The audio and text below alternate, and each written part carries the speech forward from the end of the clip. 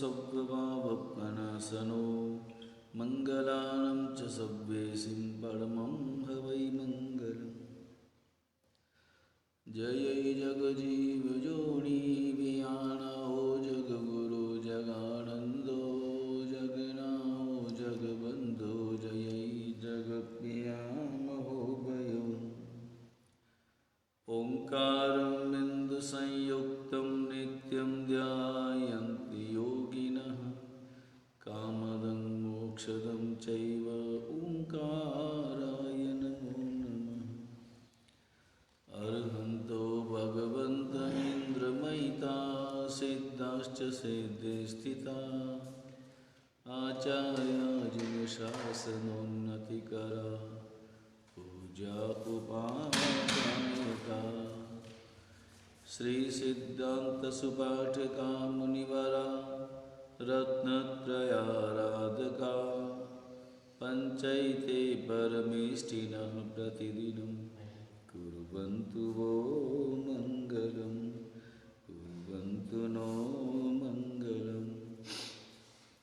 अज्ञानतिमिरान्धानां ज्ञानाञ्जनशलाकया नेत्रमुन्मीलितं येन तस्मै श्रीगुरवे नमः तस्मै सद्गुरवे नमः।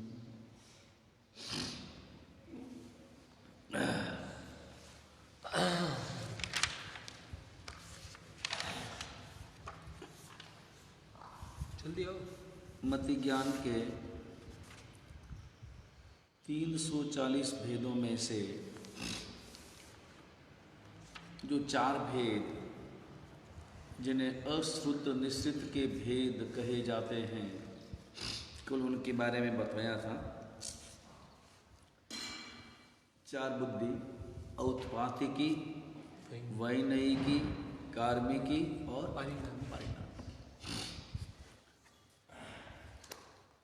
बीरबल, अभय कुमार इत्यादि की जो बुद्धि है वह औत्पातिकी बुद्धि में गिनी जाएगी। वैनयिकी बुद्धि के संदर्भ में एक उदाहरण मिलता है कि गुरु के प्रति विनय भाव और समर्पण भाव के कारण से जो बुद्धि स्वतः प्रकट होती है और उस आधार पर जो समाधान दिया जाता है, उत्तर दिया जाता है, वो वैनयिकी बुद्धि में गृहीत होती है। कार्मिकी काम करते करते और परिणामी की यानी अनुभवों के आधार पर। इसका एक उदाहरण ऐसा दिया जा सकता है या इस उदाहरण को इस बुद्धि में सम्मिलित किया जा सकता है। एक राजा का मंत्रिमंडल में 2 तरह के मंत्री, बूढ़े भी और जवान भी। जो युवा लोग मंत्रिमंडल में सम्मिलित थे, उन लोगों को बूढ़े मंत्री बिल्कुल पसंद नहीं आते थे। इसलिए युवा मंत्रियों ने आपस में विचार किया कि इन बूढ़े मंत्रियों का क्या काम, हम काम इतना ज़्यादा कर सकते हैं, हमारे में क्षमता है, और इसलिए इन बूढ़े मंत्रियों को तो विदा किया जाना चाहिए। राजा के पास में गए और राजा के पास में जाकर निवेदन किया कि हे राजन, हम जब इतने युवा मंत्री हैं तो वृद्ध मंत्रियों को क्यों नहीं आप मंत्रिमंडल से देश निकाला दें, मंत्रिमंडल से बर्खास्त कर दें।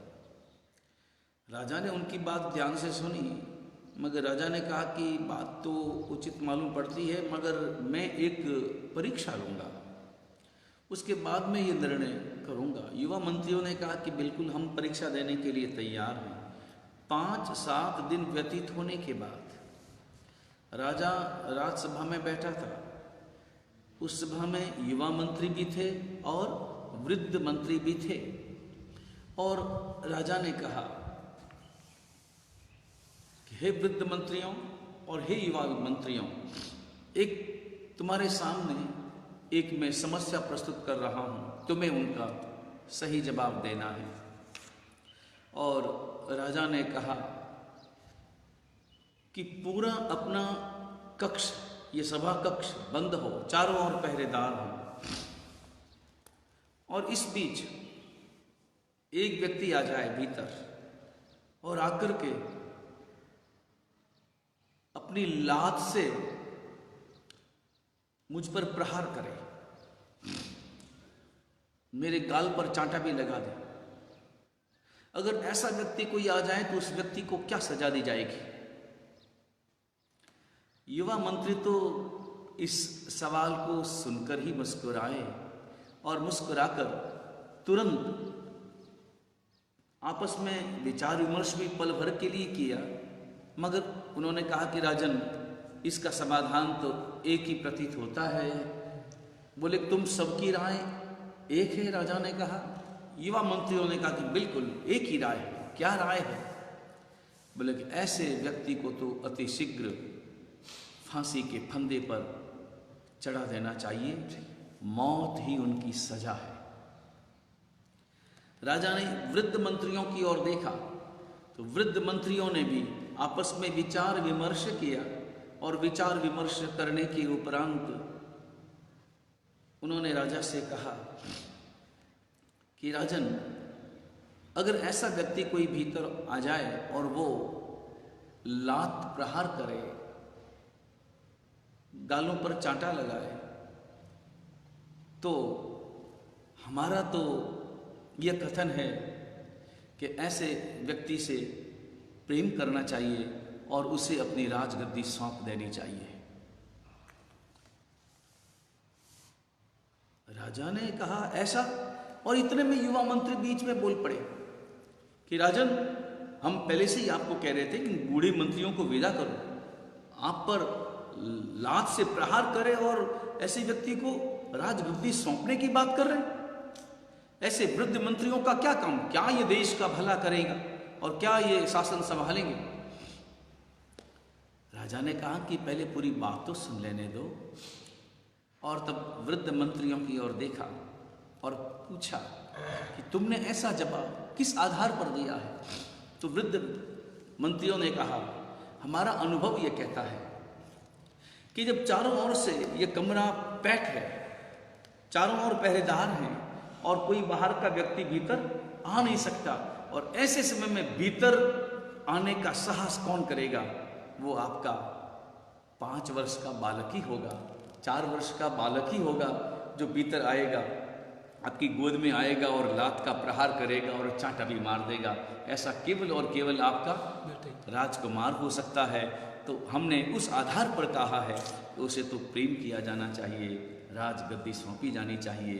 राजा ने कहा कि बिल्कुल तुम्हारा उत्तर ठीक है, और युवा मंत्रियों की ओर देखते हुए कहा कि विदाई किसको देनी है, वृद्ध मंत्रियों को या युवा मंत्रियों को? ये जो बुद्धि थी उन वृद्ध मंत्रियों की, ये कौन सी बुद्धि थी? पारिणामी की बुद्धि थी। बराबर? ये मतलब ज्ञान के ये भेद रहे। चलो तत्वार्थ सूत्र के पुनः इन सूत्रों का पारायण कर लें। अवग्रहेया पायधारणा, ये हो गया। बहुविध क्षिप्रा निश्रिता संदिग्ध ध्रुवाणाम सेतराणाम, इस सूत्र का भी अर्थ हो गया, समझ में आ गया। उसके बाद में सूत्र है अर्थस्य, अर्थात अवग्रह, यह अपाय और धारणा, ये सब अर्थ के होते हैं। यह आई गया है मति ज्ञान के भेदों में, सारी बातें स्पष्ट हो गई है। व्यंजनस्य अवग्रह, व्यंजन का अवग्रह ही होता है। इसका अर्थ ये हुआ कि व्यंजन का केवल अवग्रह ही होता है, उसके बाद में यह अपाय धारणा वो नहीं। उसके बाद में न चक्षुरनेन्द्रियाभ्याम,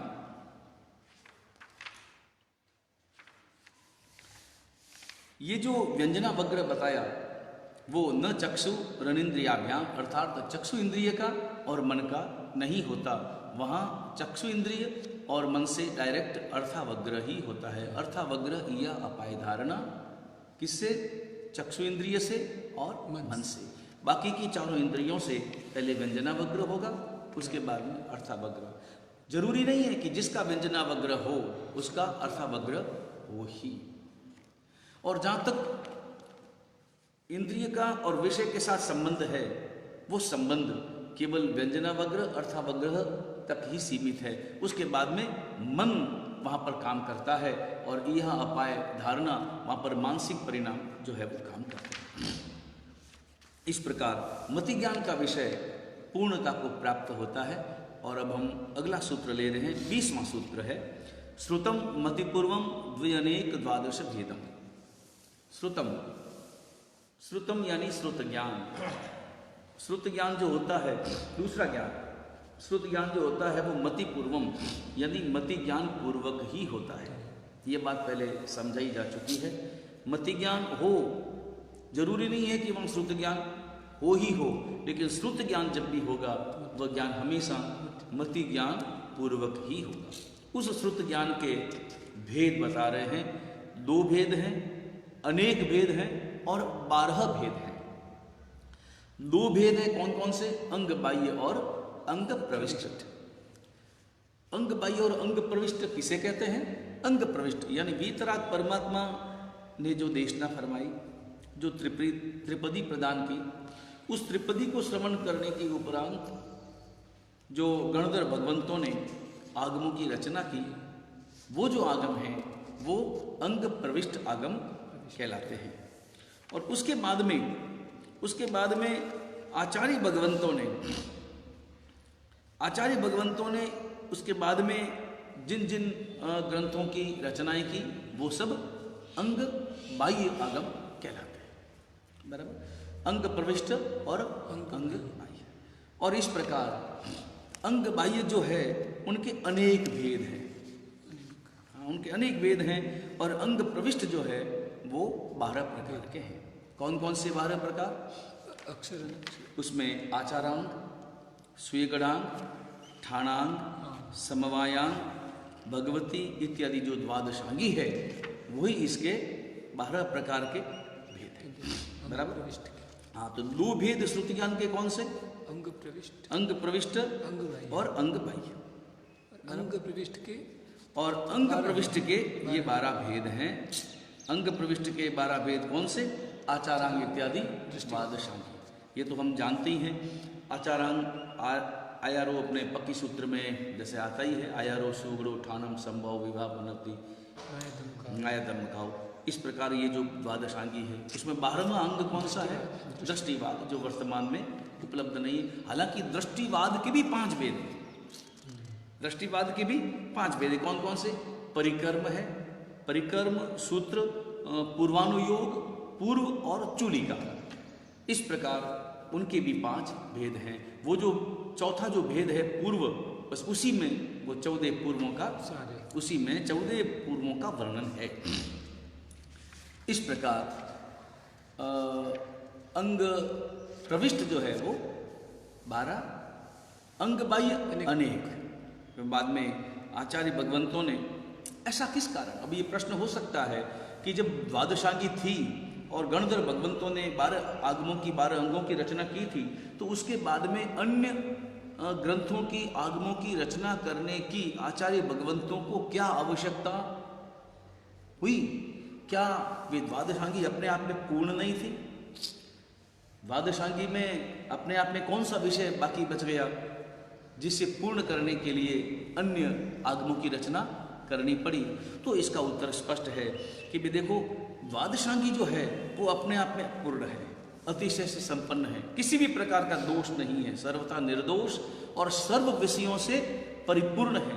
ऐसा होने पर भी चूंकि कालक्रम, देखो पंचम काल चल रहा है और पंचम काल के कारण से क्रमशः बुद्धि का ह्रास, बुद्धि की कमी, बराबर आयुष्य की कमी, बल की कमी, योग्यता की कमी, क्षमता की कमी, प्रतिभा की कमी, लगातार ह्रासी होता जा रहा है। लगातार जो चारित्र गौतम स्वामी भगवंत का था वो क्रमशः धीरे धीरे कम होता गया। वो प्रतिभा, वो विनय, वो सब धीरे धीरे लगातार वो विनय, वो समर्पण, वो भाव, उस प्रकार का जो सरल पारिणामिक भाव वो भी लगातार कम होता जा रहा है। और वर्तमान में लगातार काल दोष के कारण से लगातार कपट बढ़ता जा रहा है, लगातार असत्य बढ़ता जा रहा है, हैं सब में हर तरह से। तो उस वक्त में आचार्य भगवंतों ने देखा कि जब आयुष्य की कमी हो रही है, जब प्रतिभा की कमी हो रही है, तो इस आधार पर और बुद्धि की भी कमी हो रही है, तो आने वाले समय में उन शिष्यों को अच्छी तरह से सारी बातें समझ में आ सके, इसलिए उन्होंने सरल भावों के साथ, सरल शब्दों के साथ उन मंदबतियों को भी अच्छी तरह से समझ में आ सके, इसलिए उन्होंने अन्य आगमों की रचना की। इस कारण वो जो है अंग बाह्य आगम कहलाते हैं। 2 भेद, 12 भेद द्वादशांगी, अनेक भेद अंग बाह्य आगम। ये सूत्र स्पष्ट हो गया। हालांकि तत्वार्थ सूत्र में श्रुत ज्ञान के जो अन्य भेद हैं, श्रुत ज्ञान के जो 14 भेद हैं, उन 14 भेदों का वर्णन तत्वार्थ सूत्र में नहीं है, मगर कर्म ग्रंथ में, पहला कर्म ग्रंथ यदि आपने पढ़ा हो तो उसमें इन 14 भेदों का भी वर्णन उपलब्ध होता है कि जो श्रुत ज्ञान है उसके 14 भेद हैं।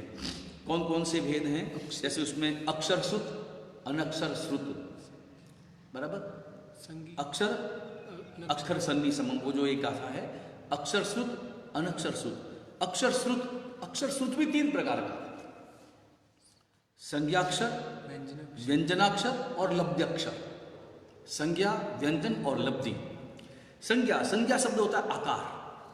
संज्ञा शब्द का अर्थ क्या है? आकार। जैसे अपन कभी भी कोई लिखेंगे तो जैसे हिंदी भाषा में तो अ, आ, ई, तो उस आकार को अ कहते हैं। आकार है ना, एक आकार बनाया, जैसे अ का आकार में बदल गया।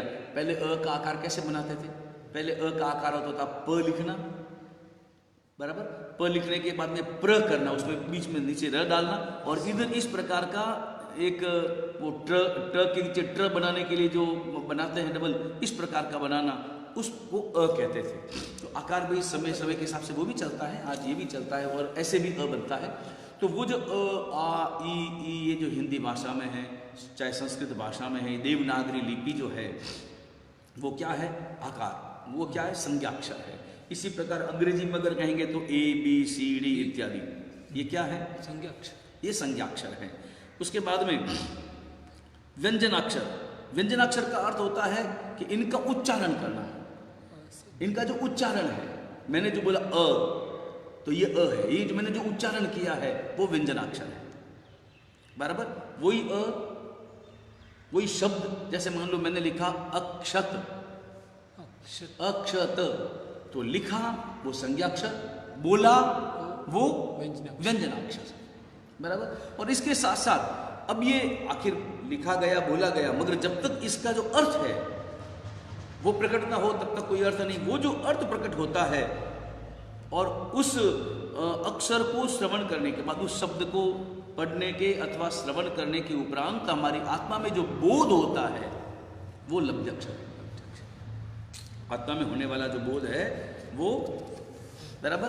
तो ये हुआ कौन सा? अक्षर श्रुत, यानी अक्षर श्रुत यानी अक्षरों से, शब्दों से लिखे हुए अथवा बोलकर, ये जो शब्दों के उच्चारण से जो बोध प्राप्त होता है, जो ज्ञान प्राप्त होता है, वो अक्षर श्रुत कहलाता है।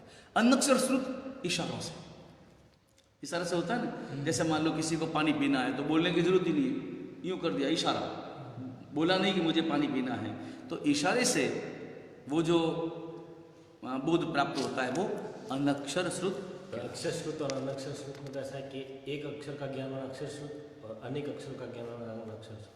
नहीं, ऐसा नहीं है, ऐसा नहीं है। अर्थ किया जा सकता है मगर ऐसा नहीं है। अक्षर जो है वो स्पष्ट है कि अक्षर बोलना पड़ेगा, अक्षर में जिसमें संज्ञा, व्यंजन और लब्धि, और अनक्षर जिसमें अक्षर का उपयोग ही नहीं है। स्पष्ट है ना। यहाँ पर जो है वो अनेक शब्द का उपयोग नहीं है कि भाई जैसे एकाक्षर अथवा बहुअक्षर, ऐसे शब्दों का यहाँ पर प्रयोग नहीं है। इसलिए अक्षर, अनक्षर, अनक्षर का अर्थ हुआ जिसमें अक्षर का उपयोग ही नहीं है। इशारे इत्यादि से, इशारे के या जैसे मान लो मैं आया हूँ ऐसी खांसी कर ली, पुराने जमाने में करते थे, आज भी परिवारों में इस प्रकार का करने का जो एक मर्यादा, घर की परिवार की जो एक मर्यादा होती है, उस मर्यादा को निभाने के लिए इस प्रकार के इशारे किए जाते हैं। तो इशारे से अपने होने का वहां पर बोध कराना, वो सब अनक्षर श्रुत कहलाता है। उसके बाद में है संगी श्रुत और असंगी श्रुत। बराबर। संगी श्रुत संगी जीवों के द्वारा, संगी जीवों में जो ज्ञान होता है वो संगी श्रुत कहलाता है, और असंगी श्रुत एक इंद्रिय इत्यादि उनका जो ज्ञान है वो असंगी श्रुत कहलाता है। बराबर। उसके बाद में सम्यक श्रुत और मिथ्या श्रुत। अब सम्यक श्रुत और मिथ्या श्रुत किसे कहेंगे? सम्यक श्रुत यानी जिसमें जिस शास्त्र के रचनाकार सम्यक दृष्टि भगवंत हैं, ऐसे आचार्य भगवंतों के द्वारा सम्यक दृष्टि, सम्यक दर्शन प्राप्त जिन्होंने भी रचना की है, आचार्य हो, मुनि हो, श्रावक हो, उनके द्वारा रचा गया जो श्रुत है वो सम्यक श्रुत कहलाता है। और इसी के साथ साथ मिथ्यात्वियों के द्वारा रचा गया जो श्रुत है वो मिथ्या श्रुत कहलाता है। क्योंकि सम्यक दृष्टि से, सम्यक दृष्टि, एक बात और है, सम्यक दृष्टि को जो भी श्रुत का बोध होगा वो स्वाभाविक रूप से सम्यक श्रुत ही होगा। पढ़ने वाले पर निर्भर करता है कि कभी कभी ऐसा भी होता है कि ग्रंथ भले मिथ्यात्वियों का हो मगर पढ़ने वाला अगर सम्यक्त्वी है तो उसके लिए वह सम्यक श्रुत है। इसी प्रकार भले सम्यक्त्वी भगवंतों के द्वारा रचा गया श्रुत है मगर मिथ्यात्वी के द्वारा अगर वो पढ़ा जाएगा तो उसके लिए तो वो मिथ्यात्व का ही पोषण करने वाला है। बराबर। तो ये सम्यक श्रुत और मिथ्या श्रुत। उसके बाद में है सादी श्रुत और अनादि श्रुत। सादी श्रुत का अर्थ होता है जिस श्रुत की आदि हो, जिस श्रुत की आदि हो यानी प्रारंभ हो वो है सादी श्रुत, और जिस श्रुत की कोई आदि नहीं होती, प्रारंभ नहीं हो वो है अनादि श्रुत। इसी प्रकार सपर्यवसित श्रुत और अपर्यवसित श्रुत, जिसका अंत हो, अंत सहित वो सपर्यवसित, पर्यवसित शब्द का अर्थ होता है अंत, और जो अंत रहित हो वो अपर्यवसित कहा जाता है। ये जो भेद अभी बताया है सादी और शांत, सादी शांत और अनादि अनंत, ये जो भेद बताए हैं चारों, ये चारों भेदों को द्रव्य, क्षेत्र, काल और भाव इनसे घटाना होगा। द्रव्य से, क्षेत्र से, काल से और भाव से। कैसे? जैसे किसी जीव ने सम्यक दर्शन प्राप्त किया तो सम्यक दर्शन जब से प्राप्त किया तब से उसके श्रुत ज्ञान का प्रारंभ हुआ, ये आदि। बराबर। और इसी प्रकार उसका सम्यक दर्शन जब चला गया, सम्यक दर्शन आता जाता है, क्योंकि क्षायिक हो तो वो आता है जाता नहीं है, लेकिन औपसमिक है, आएगा जाएगा, आता है और जाता ही है। क्षायोपस्मिक है वो तो कितनी बार आता जाता है। तो गया, उसका श्रुत चला गया तो वो क्या हुआ, श्रुत ज्ञान का उसके लिए अंत हो गया। बराबर। तो वो एक जीव की अपेक्षा से वो जो श्रुत हुआ वो क्या हुआ, सादी शांत। सादी शांत, आदि भी है और उसका अंत भी है। मगर अब अनेक जीवों की अपेक्षा से अगर विचार करेंगे, अनेक जीवों की अपेक्षा से विचार करेंगे तो ये अनादि अनंत है, क्योंकि अनादि अनंत है। कब से चल रहा है सम्यक दर्शन? सम्यक दर्शन की प्राप्ति जब से है तब से उसका जो ज्ञान है वो श्रुत ज्ञान है, तो अनादि है। और सम्यक दर्शन चलता ही रहने वाला है, सम्यक दर्शन कभी भी समाप्त नहीं होगा। ये द्रव्य की अपेक्षा से, द्रव्य से समझो तो एक जीव की अपेक्षा से श्रुत जो है वो सादी शांत है, और अनेक जीवों की अपेक्षा से बराबर अनादि अनंत है। ये हुआ द्रव्य से। उसके साथ में क्षेत्र से, क्षेत्र में क्या है कि जैसे भरत और ऐरावत क्षेत्र में है, जब से तीर्थ की स्थापना होती है, जब से तीर्थंकर होंगे और जब से तीर्थ की स्थापना होगी तब से सम्यक दर्शन का प्रारंभ होगा, और जब तीर्थ का विच्छेद होगा जैसे अपने यहाँ पर परमात्मा महावीर का शासन चल रहा है, या इस अवसर्पिणी काल में आदिनाथ परमात्मा से तीर्थ की स्थापना हुई, और बीच में अभी जैसे मान लो पंचम काल चल रहा है, पंचम काल की जब पूर्णाहुति होगी उसके साथ साथ में तीर्थ का विच्छेद हो जाएगा। तो तीर्थ का जब विच्छेद होता है तो उसका श्रुत ज्ञान का भी अंत हो जाता है, बराबर। तो भरत ऐरावत क्षेत्र की अपेक्षा से ये श्रुत ज्ञान जो है वो कैसा है, सादी शांत है। इसकी आदि भी है और इसका अंत भी है, लेकिन महाविद्य क्षेत्र की अपेक्षा से अनादि अनंत है, क्योंकि वहां तो सदाकाल चतुर्थ आरा विद्यमान है, बराबर। अब इस द्रव्य से हुआ, द्रव्य से समझ में आ गया, क्षेत्र से समझ में आ गया, अब काल से समझो। काल से हमेशा इस क्षेत्र में उत्सर्पिणी अवसर्पिणी काल, जहां पर ये उत्सर्पिणी और अवसर्पिणी काल की जो गणना है, वहां पर जब तीसरे आरे का कुछ समय व्यतीत हो जाता है, उसके बाद में श्रुत ज्ञान का प्रारंभ होता है। किसमें? और बराबर उसके बाद में अवसर्पिणी काल में 5वें आरे के अंत में श्रुत ज्ञान का अंत हो जाए। तो उत्सर्पिणी अवसर्पिणी काल की अपेक्षा से अगर विचार करेंगे तो ये श्रुत ज्ञान कैसा है कि सादी शांत है।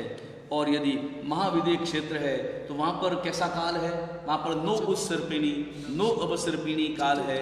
उस आधार पर वहां का जो श्रुत ज्ञान है वो हमेशा हमेशा होने की अपेक्षा से अनादि अनंत है, बराबर। अब यहां पर भाव से देखें, द्रव्य क्षेत्र काल से समझ में आ गया। अब भाव से ये जो श्रुत ज्ञान है वो भाव से देखेंगे तो क्षायोपस्मिक सम्यक्त्व, उसको उसके आधार पर क्षायोपस्मिक सम्यक्त्व के आधार पर ये जो श्रुत है वो कैसा है, सादी शांत है, बराबर। क्योंकि जब क्षायोपस्मिक सम्यक्त्व प्राप्त करता है तब इस श्रुत की आदि होती है, और जब ये श्रुत ये जो सम्यक्त्व है जाता है तो इस क्या अंत हो जाता है। इसी अपेक्षा से वो कैसा है, वो सादी शांत है, बराबर। क्षायिक सम्यक्त्व की अपेक्षा से विचार करेंगे तो कैसा है, वो सादी अनंत है। सादी है, क्षायिक सम्यक्त्व का आदि तो है ही, मगर उस अपेक्षा से वो अनंत है क्योंकि वो जाता नहीं है, बराबर। तो ये कितने भेद हो गए श्रुत ज्ञान के। श्रुत ज्ञान के देखो, पहला भेद अक्षर श्रुत अनक्षर श्रुत 2, उसके बाद में संगी श्रुत असंगी श्रुत ये 4, उसके बाद में सम्यक श्रुत मिथ्या श्रुत ये 6, उसके बाद में सादी अनादि 8, सपर्यवसित और अपर्यवसित ये हो गए 10, और उसके बाद में गमिक श्रुत और अगमिक श्रुत।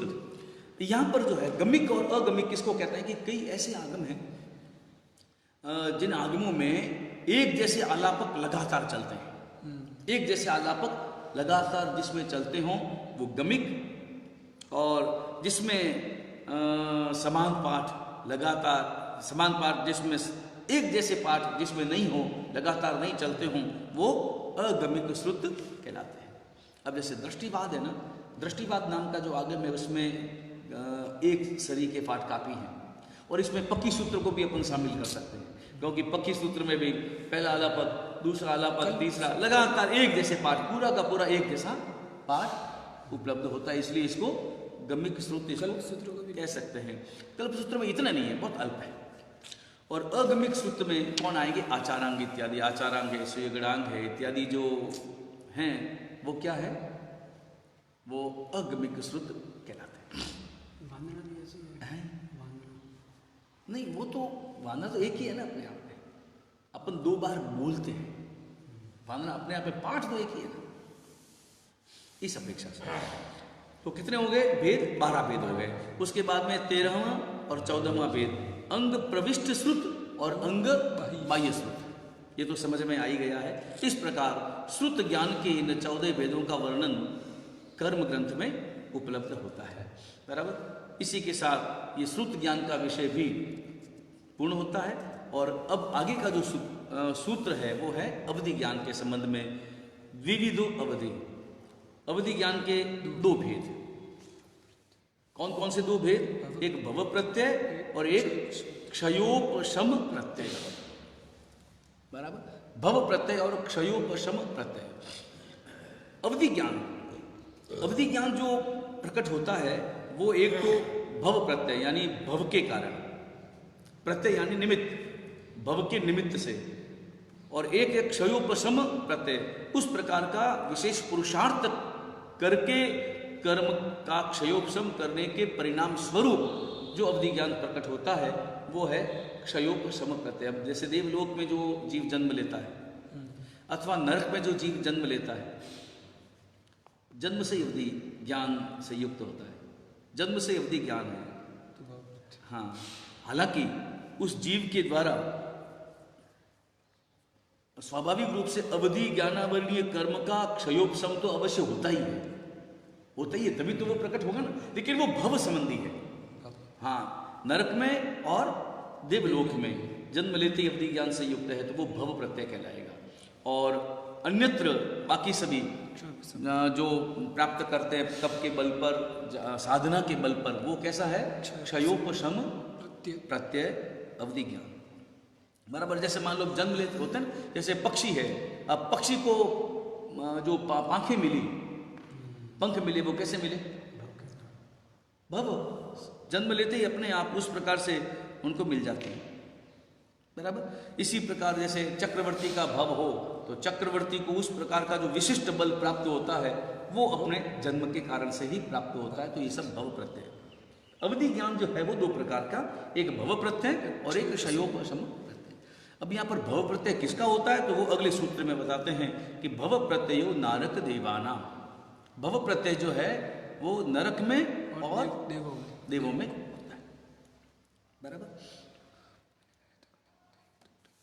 उसके बाद में अब इसका अगर अवधि ज्ञान अपने को समझना हो कि जैसे नरक में अवधि ज्ञान है, अवधि ज्ञान है वो तो ख्याल में आ ही गया। अवधि ज्ञान किसको कहते हैं वो पहले अच्छी तरह से समझा दिया था। अवधि ज्ञान यानी मर्यादा में रहे हुए रूप, मर्यादा में रहे हुए, मर्यादा है उसकी, इंद्रियों की सहायता के बिना, इंद्रियों और मन की सहायता के बिना रूपी द्रव्यों का जो बोध है वो आगे सूत्र में बताएंगे। रूपी स्वबधे नाम का एक आगे सूत्र आएगा, उसमें इसका स्पष्टीकरण करेंगे। रूपी द्रव्यों का जो बोध है वो अवधि। अब ये नरक में जो जीव उत्पन्न होते हैं, बराबर 7 नरक है, पहली, दूसरी, तीसरी, चौथी, पांचवी, छठी और सातवीं। तो उनका अवधि ज्ञान कितने क्षेत्र तक का होता है? कितने क्षेत्र को, क्षेत्र यानी मर्यादा, मर्यादा है ना कि इतने तक का अवधि ज्ञान होगा, उतने तक का मर्यादा अवधि ज्ञान होगा, कितना होता है? तो जघन्य से और उत्कृष्ट से, इन दोनों को समझना चाहिए कि कम से कम आधा योजन। गौ, यहां पर गौ शब्द का प्रयोग किया गया है। बराबर, आधा गौ, गौ यानी गौ शब्द का अर्थ कोष भी है, आधा कोष, उत्कृष्ट से एक। वैसे शास्त्रों में गौ शब्द का जो अर्थ है वो योजन भी है, आधा योजन अथवा उत्कृष्टतः 1 योजन, 12 किलोमीटर है ना? 1 योजन। ये 7वीं नरक में। और छठी नरक में, तो 7वीं नरक का जो उत्कृष्ट है वो छठी नरक का जघन्य है, आधा जोड़ करके उसका उत्कृष्ट। जैसे 7वीं नरक का आधा योजन, जघन्य से उत्कृष्ट से 1 योजन। छठी में जघन्य से 1 योजन, उत्कृष्टतः 1.5 योजन। 5वीं में जघन्य से 1.5, उत्कृष्ट से 2। ये कौन सी में हुई? 5वीं में। चौथी में जघन्य से 2, उत्कृष्ट से 2.5। चौथी में। तीसरी में जघन्य से 2.5 और उत्कृष्ट से 3। और दूसरी में जघन्य से 3 और उत्कृष्ट से 3.5। और इसी प्रकार पहली में जघन्य से 3.5 और उत्कृष्ट से 4। इस प्रकार का ये उनका अवधि ज्ञान यहाँ पर होता है। बराबर, अब यहाँ पर देवों में जो भव प्रत्यय जन्य जो अवधि ज्ञान है देवों में, वो देवों में जो अवधि ज्ञान है वो कैसा है? तो देवों में देखो अलग अलग है, 4 प्रकार के देव हैं, उसमें भवनपति, व्यंतर, ज्योतिष्क और वैमानिक। अब यहाँ पर तत्वार्थ सूत्र में वैमानिक देवों का जो अवधि ज्ञान है उसके संबंध में चर्चा 4थे अध्याय में करेंगे, वहाँ पर करेंगे। लेकिन भवनपति, व्यंतर और ज्योतिष, इनका जो अवधि क्षेत्र है वो आप यहाँ पर देख लेते हैं कि उनमें उनका जो क्षेत्र है वो कितना क्षेत्र है। तो भवनपति, व्यंतर और ज्योतिष, इनका उत्कृष्ट तिर्यक क्षेत्र, देखो क्षेत्र जो है ना देवों के लिए क्षेत्र जो है वो 3 प्रकार का हो गया, तिरछा, ऊंचा और अध, 3 प्रकार का क्षेत्र हो गया ना भाई। अपन भी जब देखते हैं तो 3 प्रकार का अपना भी दृष्टिकोण होता है ना, समान दिशाओं में देखना वो तिर्यक, बराबर, ऊपर ऊर्ध्व और नीचे बराबर। तो यहां पर बताते हैं कि तिर्यक यानी समान यानी नीचे बराबर, वहां पर जो है वो कितना उनका अवधि ज्ञान का क्षेत्र है। तो बताते हैं कि जिन देवों का आयुष्य, जिन देवों का जो आयुष्य है वो आयुष्य आधे सागरोपम से कुछ कम हो, जिन देवों का आयुष्य आधे सागरोपम से कम हो तो उनका जो क्षेत्र है उत्कृष्ट कितना है, संख्यात योजन, कितना संख्यात योजन है, बराबर, अलग अलग मगर संख्यात योजन है, जगन्य नहीं। और जगन्य से बातें बताएंगे, अभी पहले उत्कृष्ट से बताएं, बराबर। और जिनका आयुष्य आधे सागरोपम से ज्यादा हो उनका जो है वो असंख्यात योजन है। अब उनका जो आयुष्य है जितना ज्यादा होगा उतना ही असंख्यात योजन भी उतना ही अधिक होगा, है कहलाएगा वो असंख्यात योजन ही, क्योंकि असंख्यात योजन भी कई प्रकार का, बराबर। ये किनका है, उत्कृष्ट तिर्यक, बराबर, तिर्यक क्षेत्र किनका, भवनपति, व्यंतर और ज्योतिष, बराबर। अब ऊर्ध्व में, तो ऊर्ध्व में बताया गया कि भवनपति में जो देव हैं उनका सौधर्म देवलोक तक ऊर्ध्व में, और व्यंतर और ज्योतिषियों के लिए तो संख्यात योजन ही वो देख सकते हैं। इसी प्रकार अब नीचे अधोलोक में भवनपति वाले जो देव हैं वो 3वीं नरक तक, और व्यंतर ज्योतिषी उनको संख्यात योजन तक नीचे भी देख सकते हैं। ये क्या बताया है, उत्कृष्ट। अब यहां पर जगन्य बताते हैं कि जैसे मान लो इन तीनों में, ऊर्ध्व में, अधोलोक में और तिरछे लोक में, भवनपति और व्यंतर, ये दोनों जो है कम से कम इनके, चाहे ऊर्ध्व लोक में देखो, चाहे तिर्यक लोक में देखो, चाहे अधोलोक में देखो, 25 योजन तक जगन्य, बराबर। जगन्य इतना ही है किनका, भवनपति और व्यंतर का, और ज्योतिषियों का जो है वो संख्यात योजन, ये कम से कम उनका संख्यात योजन जो है वो है, बराबर। हालांकि अभी संख्यात योजन भी, पहले भी संख्यात योजन आ गया ना, तो संख्यात योजन भी तरतम की अपेक्षा से, कम ज्यादा की अपेक्षा से वो कहलाएगा संख्यात योजन ही, मगर जगन्य कम होगा, उत्कृष्टतः ज्यादा होगा, बराबर। ये अवधि ज्ञान के विषय हैं, और उसके बाद में अवधि ज्ञान के जो भेद हैं और अवधि ज्ञान के जो विशिष्ट वर्णन है वो आगे के सूत्रों में। आज का समय पूरा हुआ, कल करेंगे। वीतराग परमात्मा की आज्ञा विरुद्ध कुछ भी कहा गया हो इच्छा में दुष्कर्म। सर्व मंगल मांगल्यम सर्व कल्याण कारणम वदानम सर्वधर्माणां जैनम जयति शास्त्रम।